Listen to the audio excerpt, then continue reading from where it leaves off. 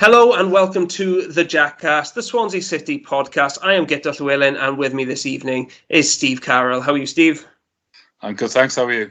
Very good, very good. Matt sends his apologies. He will not be able to join us tonight, which is a shame because we have loads to discuss. The last podcast before the season starts, it's always going to be jam-packed. We're going to be doing our predictions. We're going to be asking what we can expect from this season. But, Steve, first and foremost, we've got a new manager to discuss, and it's probably, I would say, as good as we could have hoped for in the situation that we found ourselves in.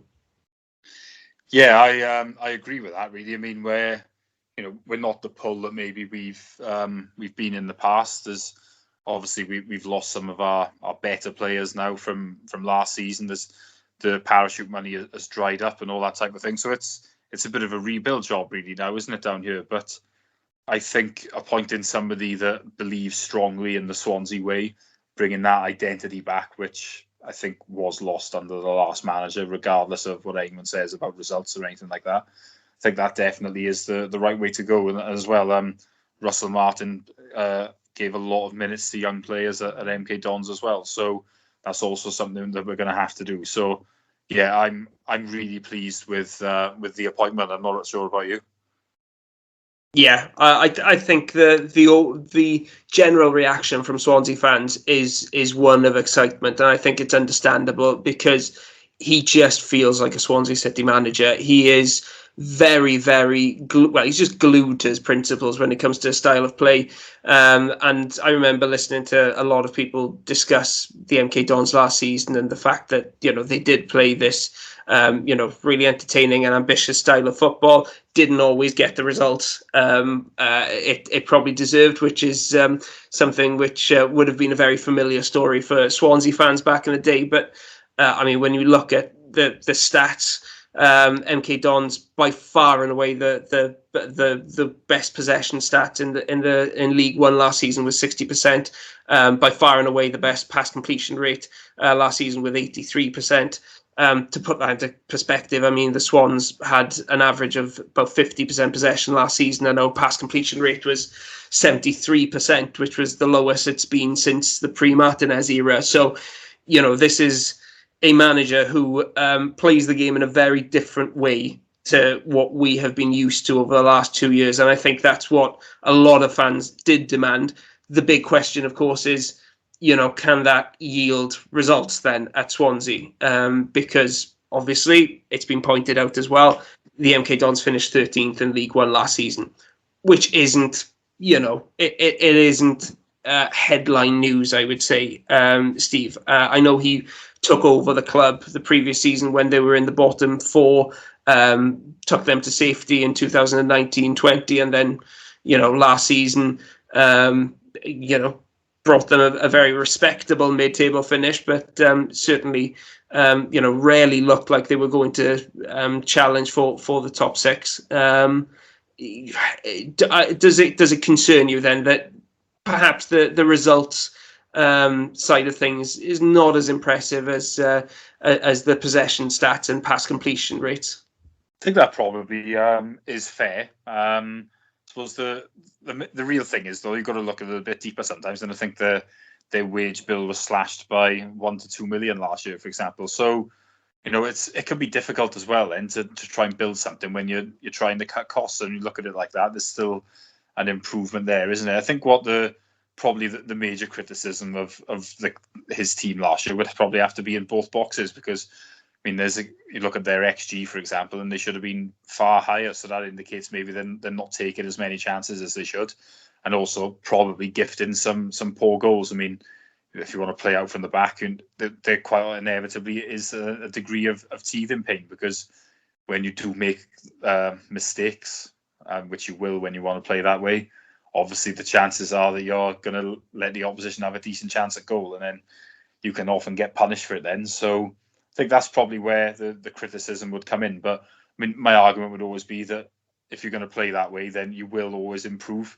So you've just got to be patient with it, I think. And I think that's something that we're going to find now. I think when Roberto Martinez took the job, I know initially he did quite well, but then the next season where we moved more towards the style of play that he wanted. I think it did take a couple of months really for us to take off. I remember we went to Oldham on the opening day. We gave him a hiding, but we ended up losing by conceding a penalty early on and gifting a soft goal at the end of the game then as well. And it was really frustrating, but you could see the signs and you could see we were improving. And if we were going to play like that most weeks and go to places and dominate games, then the results will follow eventually. You just have to be a bit patient with it. So I think that's what we'll be looking for, really. I mean, there is going to be some short-term pain with this, I would have thought, especially when you consider, obviously, he's coming in less than a week before the first competitive game of the season, really. So I think that's going to be the main thing for us, really, isn't it? We are going to have to be patient now as a football club. This is a rebuild, but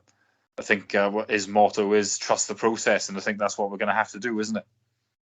Yeah, absolutely. And by the way, apologies, it took less than 5 minutes for us to utter the words XG. So it's sadly something that I think we're going to be discussing a lot over the coming season with Russell Martin. It was, a big thing with MK Dons last season. They were I think they were in the top 6 for XG in League One last season, despite finishing 13th, and that was often obviously pointed to as a reason to trust the process, as he would often say at the Dons.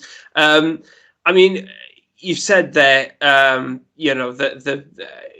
short-term pain and the fact that he's only got a week to prepare. I guess my next question is: does he? I mean, he's the kind of manager that we've wanted at Swansea, I think. But does he have the squad to suit his demands and his style? Because I mean, you talk about Martinez there, and the fact that it took a few weeks in his first proper season here to really get the style clicking, and there were a few teething problems at the start. But that was after an entire pre-season and after a couple of weeks at the helm the previous season. He also already had quite a number of good footballers at the club when he arrived, and he was able to bring in a lot of really cultured footballers as well, to ones who were suited to playing that style. Martin is not going to have that luxury, at least not in the immediate future. I mean, how easy is or difficult is it going to be for him to get the squad that we have now, which has been so used to playing Steve Cooper's style of football, to adapt to his standards? It's not going to be easy, is it? Mainly because obviously we're up against a certain time frame, and every manager does need a certain amount of results as well. So it is difficult, isn't it? I said to you off Ed, didn't I, about when Graham Potter came in, and he did have that full pre-season, and in that Sheffield United game, which was the first game of that season, you could immediately see the improvement and the way that we wanted to play. It was by no means the finished article, but you could see that we were on the right track again. Now, if this manager had that time, I think you'd see the same thing again, but it's going to be difficult. I think, to try and, obviously all footballers should be capable of playing with this style of football, but they're not used to it at this moment. So, I think patience is going to be the word, isn't it? I mean, you mentioned about Martinez there. Obviously, he brought in a lot of incredibly good players, really, didn't he, for on the cheap? And I think it was probably a joint effort with him and Kevin Reeves. I mean, the great story, wasn't there, of I think a flight got cancelled, so he went to a random game, and that's how Angel Rangel ended up joining Swansea. It was just a little bit of fate, a bit of luck, really. So I think that the big thing is, obviously, Andy Scott is already here. We think some of the signings this summer are probably quite influenced by him. So, there's players out there. I think that's the other thing. I mean, you look at the squad at the moment, I'm sure we'll come on to it later, but we are short of, I would say, numbers and of quality, really, in certain positions, aren't we? So that's something that we're going to have to look at as well, isn't it? I mean, let's discuss it now. He's inheriting a squad which I think everybody would agree is quite significantly lower on quality than the one we had at the end of last season. And in my opinion, it's a squad which has a number of gaps in it. We don't have any proper wingers in the team, I would suggest. I mean, you could point to somebody like Lowe, who used to play as a winger but hasn't done so now for a while. Didn't even play as a winger at Wigan, really, before coming to the Swans, and has really settled in the middle. I think he's better there now than he is out wide. he's pretty much our only first team winger, unless, Martin decides to bring in Garrick. We have one real number 10 in Jan Danda. I mean, if Matt Grimes leaves, which is, being, which according to some is something that we should really expect to happen, rather than fear happening. I mean, I think central midfield could look a little threadbare, especially with Byers set to leave, which is something we may discuss a bit later. I just think there are quite a few gaps there that need to be filled. What are the priorities as far as you're concerned? I think the big thing that I would say really is the lack of creativity and pace in the team. I mean, as you say, the lack of wide men. I mean, you didn't mention Garrick there, for example. I mean, is he going to get a chance under the next manager? That would be something I'd definitely be keen on, certainly at least from the bench or something like that. I mean, and then you look at, obviously, Hourahan, for example, left. Now, I know he wasn't maybe as stood out as much as we would have liked, but that's a player who, if he's here for the full season, is probably going to get you 10 goals. So, I mean, I look at the current midfield and I don't see many goals in there. So that concerns me, really. I mean, you look at up front even, we have brought some strikers in, but I mean, if you add the age of Pirro, Joseph and Cullen together, they still don't reach the retirement age, and there's not many games that have been played in there either. So, I mean, you're looking at striker. I know Martin did play with wing backs, for example, at MK Dons, and if we're going to do that, I'd probably say we need another centre half, because at the moment we've got Bennett and Cabango, probably the first choice, and then there's Lata Baudier and Brandon Cooper. But I'd say we probably need another one if we're going to go to a back three. So there's definitely positions that need strengthening. Some quite urgently, really, I would say, because, as I say, I mean, can you see? Do you see much of a goal threat from us? Because I don't at this present moment. No, that's the main issue for me, is that creativity. We've got quite a lot of strikers, but nobody there to create the chances for the strikers. I mean, Danda is, I think if we were putting it kindly, you'd say that he blows hot and cold. I think he's, I've always liked Danda, but it's getting to the stage now where he has to, really step up to mark and prove that he is actually going to become a quality, championship number 10, which is something we haven't really seen from him so far. But other than him, I mean, there are no other creative players in midfield. And last season, we saw that our most effective creators were our wing backs, Bidwell and Connor Roberts. That to me, says a lot about how good they were last season, but also says a lot about the deficiencies further up the pitch. So I think that has to be a priority. And I know in pre-season we've played this front three of Lowe, Cullen and Whittaker. I'll be honest, that the thought of that being our regular lineup terrifies me. I just do not see that working at all. You've got three strikers there. None of them are brilliant creators. I just think it'll be messy and won't be conducive to good build-up play at all. If I'm being honest, I think it's the kind of thing that Cooper would have done last season. So I'm not a fan of that, and I'd love to see a few more creative players come in to create chances for some of these strikers. Hopefully the club will see it the same way and see it that way. I get the centre back one as well, but I do think there is quite a bit of quality there. Not as much. Yeah, I think it's more of a numbers thing there, really. Yeah. If you want to play with, say, three at the back, as I say, because then if you get one injury or suspension, then you are down to the bare bones. And obviously, we're looking at Brandon Cooper, who's very inexperienced, really. There, isn't it? There's definitely bigger priorities, isn't there? But at the same time, you couldn't see if you want to play that way. It's something we probably need to look at, isn't it?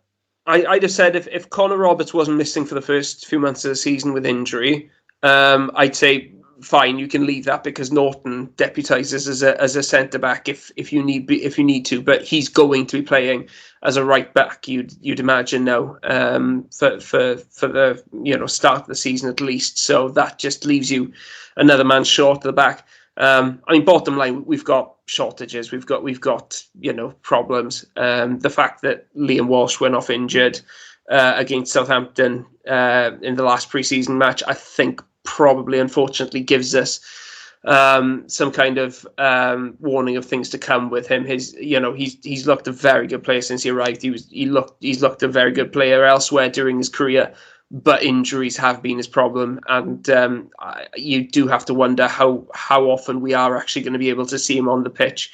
And I don't think we can really expect him to play a full 90 minutes regularly. So, little things like that just add to the need for more numbers in certain positions. But it is going to make life a bit more difficult for Martin over the first few weeks of the season. That's the truth of the matter, and without the preseason, he's using these opening games basically as a chance to test out different formations, different personnel, and get to know his squad while having to pick up points. Because as much as we, Steve, as much as we say that style is the priority, etc., we do need the points. It's not a beauty contest. We do need to make sure that we start off the season reasonably well and don't get ourselves into too much trouble. Yeah, in some ways, it's a little bit of a balance, isn't it? I mean, if you want to completely change a style of play, like I said, the short-term pain will come with it inevitably, and sometimes maybe you have to maybe not quite go so extreme straight away. I mean, that's not the type of thing I really want to say, because I think that when you've got a full pre-season, that's when you can do it, but it does make it difficult really at times, doesn't it? I mean, I'm looking at I think there's 5 games in August. I mean, if we weren't to win any of them, then it just becomes slightly concerning, doesn't it? I mean, I think we'd be, on this podcast, probably fairly relaxed, but it'd certainly be maybe some of the fans that would be getting concerned. So, yeah, you just need to just keep ticking over, really. I don't think anyone's expecting miracles this season anyway, but you always need some results just to buy you time and just to get people believing and all this type of thing, really. So, we're just going to have to, I keep saying it's probably going to do everybody's head in, but patience is the key word for this football club this season. There is no quick fix. So we've just got to take the pain that comes with it and believe that this is the right way to go, but it will not happen overnight. And that's all we can really say about it, isn't it? Yeah, absolutely. And that brings us on to expectations, because I've seen a lot of fans saying, something along the lines of, we don't expect, we'd rather see good football than challenge for promotion this season. And a lot of people saying we don't expect playoffs, we don't expect, to be up towards the top end of the table. We'll be happy as long as we see a bit more football being played, etc. To what extent do you think fans are going to stick with that? Because what happens if we do have a slow start to the season, say, because I think last season, actually, the MK Dons had a very slow start to the season. I think they failed to win any of their first 5 games, won only one of their first 8 games. I mean, if the Swans start the season in that fashion, I mean, does the focus on style then go out the window, and do fans then become a bit impatient and start, demanding some Cooper-esque, gritty results to make sure that we're a little bit safer?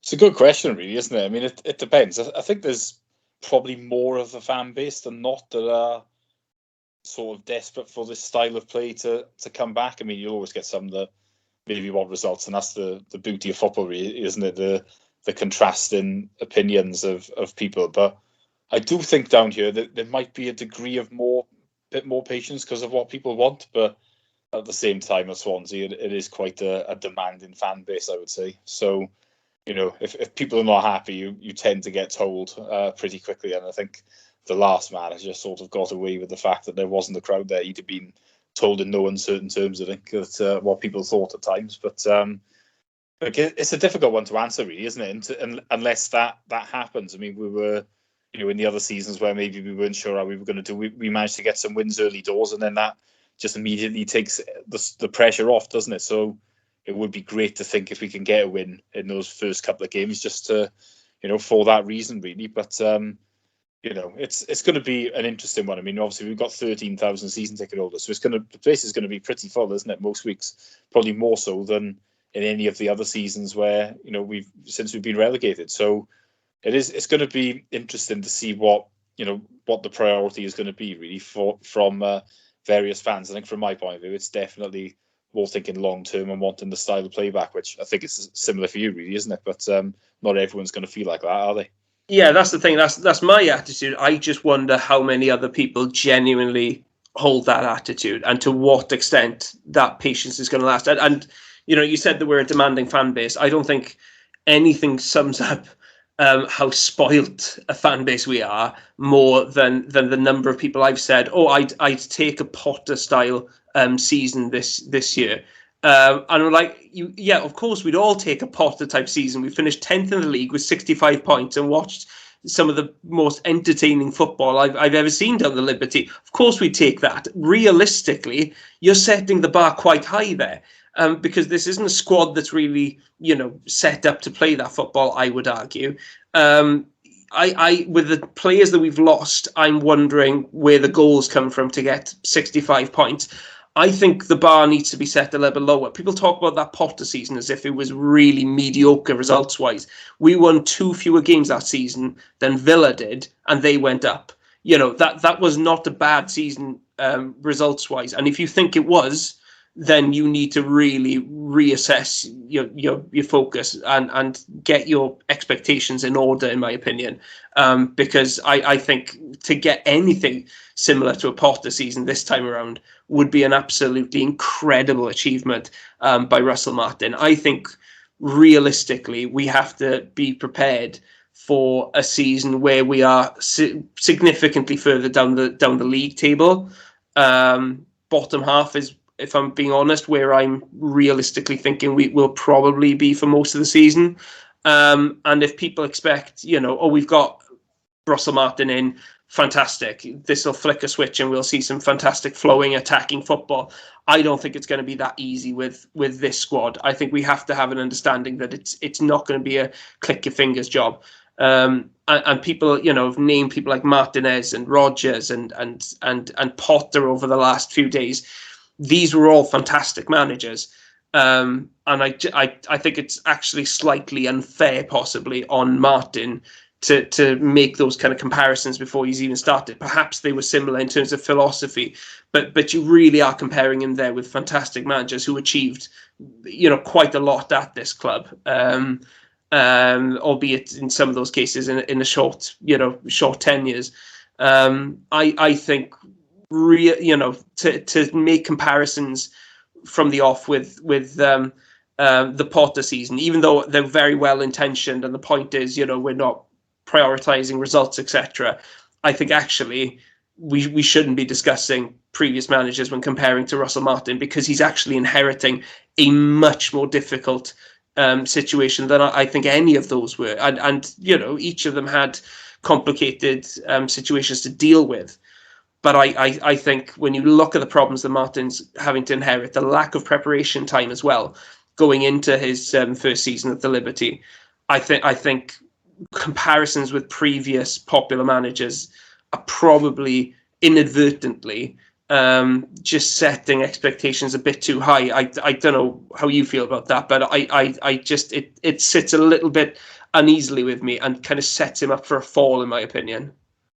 Yeah, I think we just, like I said, the realism of it. I just don't think we've got the players that we had, under Graham Potter, for example. We were still coming down. There was still, some good players that hadn't left the club, and obviously we brought through some youngsters that certainly by the end of the season were top players, really. So, I don't think that's the case this time. So, yeah, I'm thinking when like a season like that would be brilliant, really, wouldn't it? But I can't see us finishing as high as we did there, or things just clicking in general, really. I do think there's going to be a lot more, kicks in the guts rather than, things panning out well for us, really. But I think it's just one of those things where we're just going to have to take, really, at this moment in time. So my expectations are certainly lower than that. I think that would probably be the best that we could hope for, but it's certainly not something I'm expecting. I mean, things may change by the end of the month if we bring in maybe 5 players that are going to start and then the team looks completely different. I mean,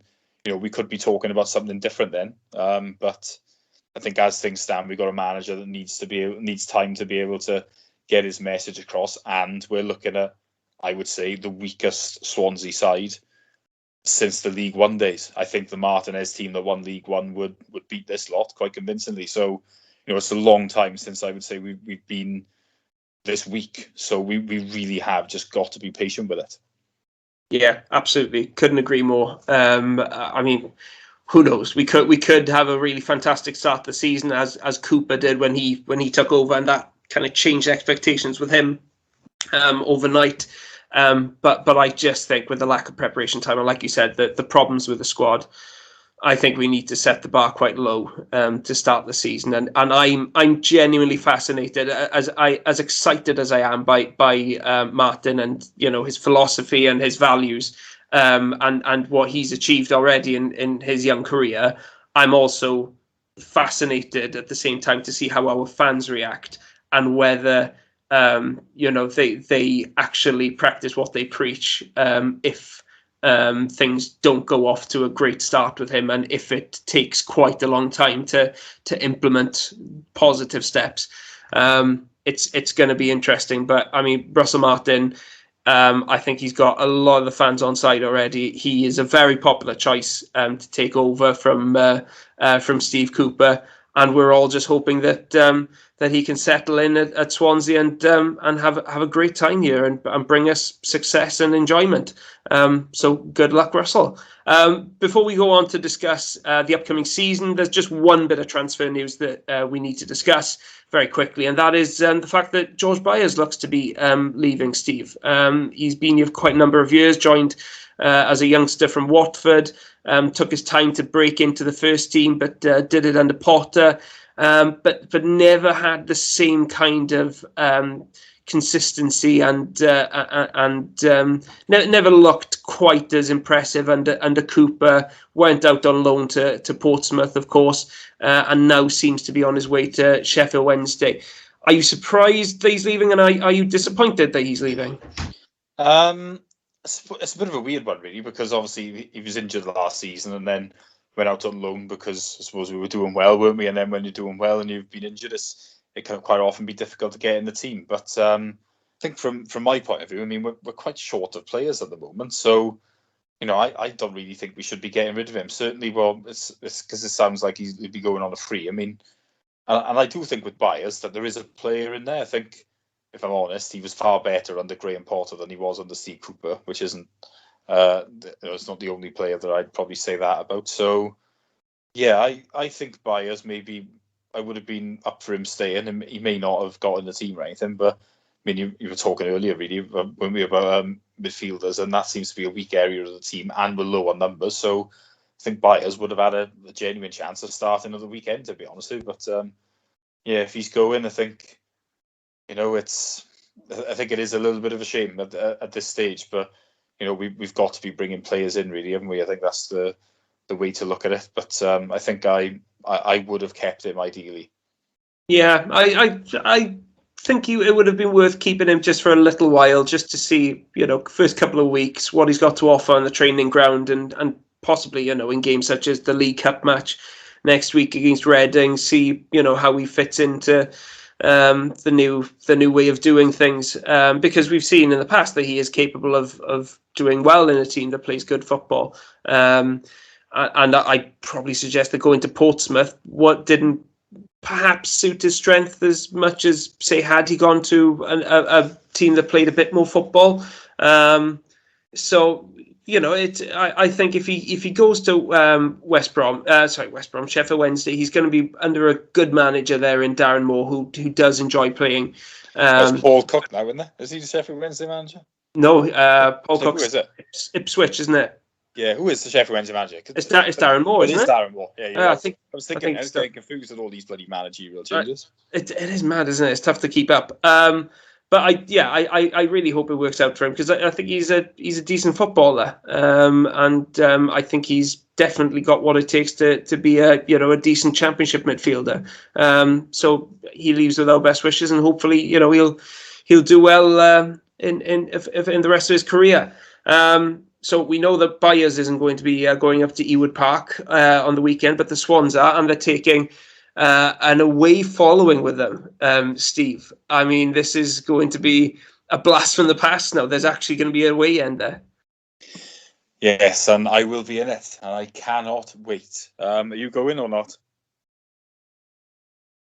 I can't, unfortunately. I mean, waiting all this time to go to an away game, and I can't go yet. I'm eyeballing the Bristol City one in a couple of weeks' time. That's the one that I was hoping to go to Ewood Park, but I'm looking at Bristol City instead now, and I'll be jealously following it from home. But I mean, what are the things that you've missed from an away day that you're hoping to rediscover on Saturday? The Come On City, man. That is my first thing. No, I think it's just going to be just a really good, thing to be back at the football. I mean, there's 9 of us going up to Liverpool for a couple of nights. I think, the banter will be flowing, as well as a good few drinks, and just to be with my mates again, really. And I think then we'll probably get to Blackburn quite early. We'll be in the pub, seeing all the familiar faces, singing the songs. And then just being in like a packed away end again. I think just all those little things, that buzz before kick-off, where the excitement of what could happen, even though I know we're saying we're not, expectations are low, but as a fan you always dream, don't you, that things could go well on the day. So I think everyone that's going will be massively up for it. I mean, I think it's a shame really that there's no buses from the travel club. I'm not really sure why that is. I'm sure it's linked to the pandemic, maybe because it's not completely confirmed that restrictions are going to end on Saturday yet. Maybe it's down to that or something. But I think we would have taken more people then again if there were buses running. So I think that's a shame. But I think everyone going will be massively up for it. Obviously, it's been such a long time, hasn't it? So and it is a fair trek, but a lot more will go there probably than normally would. And if I'm honest, I'm quite pleased that we've got an away game where it's a team that maybe is a bit further than what a lot of people would usually go to, because you get people that make more of an effort for an opening day. Whereas, as you're talking about the Bristol City game, I mean, if we had them on the opening day, I mean, loads of people would want a ticket, but we always take loads there anyway. So it would like spoil what is usually a decent one anyway. So now it makes one that if it was in December, which wouldn't be good, it's because it's in August, it'll actually be quite a good one, if you know what I mean. Yeah, definitely. I mean, my only previous visit to Blackburn was in our first Premier League season, when a match which nobody who went there will ever forget. Unfortunately, it was 4-2 defeat. Red card for Joe Allen, and Yakubu scored all 4 goals for Blackburn. Steve Keane was the manager, and I've never ever seen a home crowd so unhappy to see their team win, because they were just they were so miserable. Do you remember he came on the big screen after one of the goals and they even booed him then? Yeah, they were genuinely. I genuinely think they were disappointed to win that game, because they wanted Steve Keane and Venky's to leave. There is something very difficult about losing to a team that doesn't want to win. That was a miserable. There weren't too many genuinely miserable days out in our first season in the Premier League, but that was an awful one. That really wasn't. That wasn't any fun at all. One interesting thing, of course, as well, is that these days we've got a very, very good opening day record. Our last defeat on the opening day of the season came against Manchester United, the Liberty, under Michael Laudrup, which was back in 2013-14. Since then, we beat Manchester United. The following season, we drew 2-2 against Chelsea. We beat Burnley away at Turf Moor then. Our final Premier League season, drew 1-1 against Southampton. First game back in the Championship, we beat Sheffield United 2-1. Under Steve Cooper, his first game, we won 2-1 against Hull. And of course, last season, we won 1-0 against Preston. So actually, Steve, we have an absolutely incredible opening day record these days. And on top of that, Blackburn's opening day record is absolutely appalling. The last time they won on the opening day was all the way back in 2010, when they won 1-0 against Everton. And their team that day, was managed by Sam Allardyce, included players like Morten Gams Pedersen, Michel Salgado, El Hadj Diouf, Stephen Nzonzi. So you're talking here about a team that hasn't won on the opening day for more than a decade. Does that kind of stat make you any more confident going into it? Sometimes those stats make me feel worse, and I think this might be a case of that really. It's a strange one actually with Blackburn, isn't it? This suppose it's one of those strange anomalies. But it's interesting, isn't it? Like you say there, that our opening day record has improved so dramatically. Really, I think there's something like 5 wins in the last 7, and the other 2 are draws. Really, aren't they? So, and I mean, before that game with United, where the games are pasted. I mean, the year before we did beat QPR. Yeah. But I think in that time before, it was something like 6 defeats on the trot on the opening day. It was awful before that. I mean, yeah. we just could not win on the opening day of the season. We'd often play really well. We won the first game at the Liberty, didn't we, in 2005? And I think from then until 2012, there were just defeats on the opening day, weren't there? Yeah. And you're right. They were defeats. They weren't even like draws. We always lost. We lost to Cheltenham. We lost to Oldham. Everybody remembers the Oldham defeat. Bizarre game that was. We lost to Charlton in our first game in the Championship. First game under Sousa, we lost away at Leicester, and then first game under Rodgers, we lost away at Hull, and then of course first game in the Premier League, we lost away at Man City. It didn't help, of course, that most of those games were away from home. I think it's fair to say. There weren't many goals from us in those games either, were there? No, not really. We scored against Oldham. I think Cheltenham we did, didn't we? And Leicester. Yes, we did. We took the lead. We took the lead against Leicester. I think that's the only game in which we actually took the lead. The Leicester game, I remember being quite remarkable because we scored from a corner, which obviously is a collector's item. And it's also the only game that Doris de Vries saved a penalty. Yeah, very good. Lost. Very good keeper, not a very good penalty stopper. That wasn't a great start to the season. But these days, of course, we do, tend to do very well to start the season. And I think more so, if I'm being honest, from a Blackburn point of view, I'm hoping that kind of record, has some kind of bearing because, that those players are used to losing on the opening day of the season. And for, a lot of those games, Tony Mowbray has been their manager. So is it something in his managerial style? I don't know, but I just wonder if there's a little something there that'll just, give us just shifting slightly in our favour, more in our favour than perhaps because of something like that. But I mean, other than that, what are you expecting from Blackburn? Because they had a strange season last year, really. They finished 15th, which I think was pretty disappointing when you look at the squad that they had at their disposal. They had Adam Armstrong in the team, scored 28 goals. He was excluding penalties, he was the league's top scorer. So to finish 15th in the league, and they had other, really good attacking talents, it wasn't the best of seasons. And actually, there were quite a lot of fans who were starting to consider, whether Tony Mowbray should still be at the club. Are you surprised that he is still there?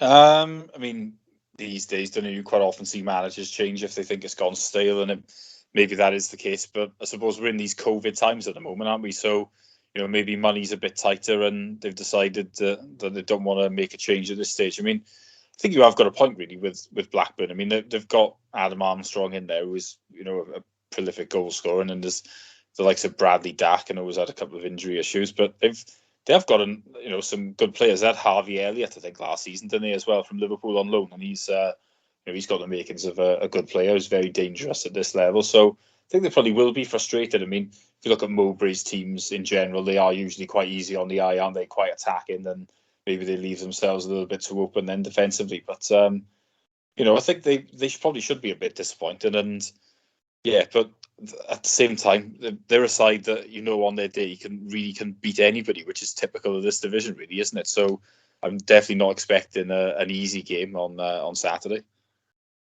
No, absolutely not. They've also got Ben Brereton, who's become the kind of Chilean, the Chilean Gareth Bale over the summer after declaring for Chile. I think his mother's from Chile. Played in the Copa America, scored the winning goal against Bolivia, and now he's fronting Pepsi adverts in South America, which is just brilliant. That's the kind of thing you love in football, isn't it? I mean, they did finish the season quite strongly.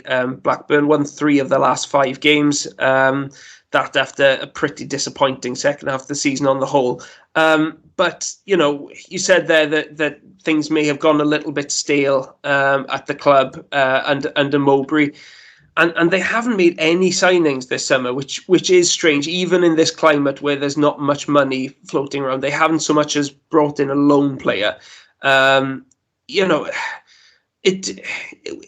you surprised by that? And because even teams who don't have much money to spend, they usually at least bring in somebody just to freshen up the squad.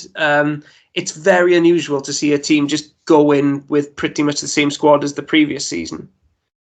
Yeah, it is. I mean, I think a lot of clubs, mind you, haven't been very active this summer so far. I mean, you quite often get it, don't you, like with the Euros, that tends to hold up deals, and then maybe you get a situation where clubs in the Prem have not done their business yet, so they're not sure who they can loan out, because I can't remember many loans going to places either, really. So maybe that is, playing a part at this stage. I mean, the Swans, for example, haven't signed anyone on loan yet, have they? And that's been our forte really over the last couple of years. So, I think it is surprising, but it would be a big surprise, wouldn't it, if nothing comes in at all, really? I mean, do you remember when Spurs did it? Did they about 3 or 4 years ago? Nobody came in, and you're just completely baffled, really, by how a team would go through an entire window without bringing someone in. But I do think it could just be a case of things are just taking a little while to get going. I think we will see things happen. The other thing that could be with Blackburn is they may arguably be looking at Armstrong and thinking, well, obviously we would like you to stay, but they could be thinking, well, is someone going to come in and make a good offer for him? And they'll reinvest that then into other areas. You don't know, do sometimes clubs are looking at it like that. They're thinking, well, to rebuild the team, you want to sell somebody, but obviously we're not really seeing clubs in the Prem spending money. I mean, Crystal Palace are a rare one. Obviously, Mark Way is one of them, and we wish him well, of course. But we're not seeing the other teams buying him. You look at someone like Everton, they brought in Andros Townsend on a free, and Damari Gray for about $1.5 million, and they've obviously got a very rich owner. I know some of the top sides obviously have brought players in, but I think we're just seeing really in these COVID times the effect it's had on finances, and we're not seeing a lot of clubs making any moves at this stage, and we may still be waiting for things to kick off right at the end of the window. Yeah, and on that note, I mean, can I ask you for a prediction, please? Do you think that we're going to get the new manager bounce that we're hoping for here and keep up our fantastic opening day record? No, but my predictions are quite often wrong, so everyone should be quite reassured. I'm going to say a 2-0 Blackburn win. I think it's going to be a difficult one. I mean, I'm looking at, remember when Rodgers took the Swans job, he came in quite late in the day, and I remember that game at Hull that we were just talking about on the opening day, and we did just look a little bit short, like as if we maybe had started pre-season after everybody else. And I think it's going to be a tough ask to to get a win at the weekend. Stranger things have happened, but it's been quite an unsettling time for the club, hasn't it? We've got a new manager in now at last, but to hit the ground running, not really seeing it. If we get a point, I won't be moaning. But one thing I do really want is a meaningful goal. I want to be in a proper goal celebration again. It's been far too long. Yeah, absolutely. That's the main thing we all miss, isn't it? That is the main thing we all miss. From my point of view, I'm going to say a 1-1 draw, sitting on the fence. It may be similar to the 1-1 draw that we had there last season, where we just kind of hold on a bit and have to, dig in. But hopefully we'll get a solid away point to kick off the season. I think that'll maybe settle a few of the nerves. Well, Matt, we did ask him for a prediction beforehand, and he's gone with a 2-1 win for the Swans. So between us, I mean, we've got quite a mix of predictions there. I'm hoping the Matt is right, and then we can kick the season off with a victory. I mean, looking ahead to the rest of the season, Steve, we've spoken a little bit about expectations. Where do you think the Swans are going to end up this season, and why do you think that? I'm going to go with a prediction of 16th. I just think it's going to be really tough. I mean, we don't have the players that we've had before. We're looking at a more of a long-term plan. We're going to implement a new style. Teething problems come with that. So yeah, as things stand, I do think we're going to find it quite tough. But I do think we'll improve as the season goes on, and longer term things are looking good. But I think in the short term, where things maybe are not going to pan out as we'd like. But at the same time, these predictions are often wrong, and also we're making them before the window is shut. Quite often, once the window is shut, things look different. So it's difficult, I always think, to make predictions at this stage. But as things stand, I do think we're looking at bottom half. I can't really look at it any other way in terms of what we've got at this moment. As I said, scoring goals looks a big problem for us. I do think people are going to come in and are going to help out. But as things stand, I mean, we're not going to score many goals. So that's what concerns me. Yeah, I tend to agree with you there. I'm thinking around about 16, something like that. I'd like to think that we can avoid getting seriously dragged into a relegation battle and hang around lower mid-table. But I'm struggling to see at the moment how we finish higher than that with the squad that we've got at the moment and the lack of preparation time for Martin. I think this season could be a real bumpy ride. I think we're going to have a lot of frustrations. I'm hoping that we will see, positivity as well and see a style develop as we go along. But I think it's going to be it could be a season where there are more misses than hits. I think we will struggle to score goals.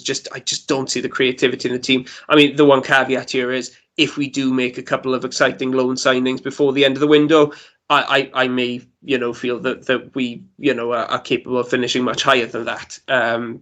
We've seen sometimes that just one really good signing can just change everything for a team and just make things click. I mean, if we can find a really good number 10 from somewhere, I think that will make a massive difference to this team. But at the moment, I'm just thinking we're just a little bit short in too many areas to get close to what we've achieved over the last two seasons in terms of league finishes. And as I said earlier, I think even the kind of Potter season that everybody's been discussing a lot, where we don't really challenge seriously for the top six, but play a lot of fantastic football. I think that's asking a bit too much at the moment. I think we're probably going to struggle for wins. I think there are going to be some barren spells, and I don't think it's going to be the most enjoyable of seasons, if I'm being honest. I think it's going to be a tough one at times, and that's unfortunately how I see it. I'm hoping I'm wrong and that we have a bit more to get excited about results wise, and we do find a way of winning matches as well as developing a decent style of play. But that's how I see it at the moment. And in terms of the rest of the championship, Steve, let's have a quick chat, because you said that there's one of the obvious things is that there have not been many signings in this window. Transfer activity in the championship at the minimum, not much money being spent apart from the odd club who are spending big like Fulham, etc. Stoke are starting to spend a bit more money of the teams who were in the championship last season. But generally, it's been a quiet summer. The second summer in a row, really, that's been like that. What effect do you think that's going to have on the league season this year? You're sort of looking at similarities to last year, I think, aren't you? Where I think maybe the teams that have come down have probably got quite a big advantage over the rest of us. I mean, we're looking at Fulham, are we spending 12 million on Harry Wilson, for example? There's not many other teams in this division that can do that, are there? So, money's just tighter. I think people have just got to be a little bit cleverer with it in general, apart from those ones that obviously have got a few quid. And I mean, again, I don't think many of those, the relegated clubs have lost many players, really, have they? So they've got a big chance. I mean, I think it'd be a big surprise if the likes of Fulham, West Brom and Sheffield United didn't finish in the top six. I mean, you look at last season, Norwich and Watford went straight back in the top two. Bournemouth finished in the playoffs. I can see similar things happening again. I mean, you look at someone like Bournemouth. Like I said, they're still on the parachute money. Again, you think they've got a pretty good chance, I would say, of finishing in that top six. So I think it is going to be difficult for a lot of other clubs, really. I mean, as you say, Stoke are spending a bit of money, which they've done since they've come down. It's not really had much of an effect of it. So, yeah, you'll always get someone that's a bit of a surprise package. I mean, Barnsley, to be fair, did really well last year, didn't they, to get themselves into the playoffs? But I think you are looking just at a more predictable league, really, aren't you? I mean, obviously, I'm sure Derby will get discussed, but obviously they've got a lot of issues. I think, again, you've really got to fancy them for relegation, haven't you? It's going to be a big effort from them if they don't go down. The ones that have come up, I mean, Hull obviously struggled very badly last time they were in this league, went on a shocking run. I mean, they could well struggle again, for example. I think Peterborough, they've got quite a prolific goal scorer, so they may be okay. I always think with Peterborough, they seem to have a philosophy, and they've always bought well and then sold and reinvested. So I think they may be okay, for example. But I don't see a great deal of shocks. I know this league can be quite unpredictable, but last year it wasn't hugely unpredictable. And, I don't really see a shock team going for that top two. I think it's mainly going to be between the sides that went down last year, really.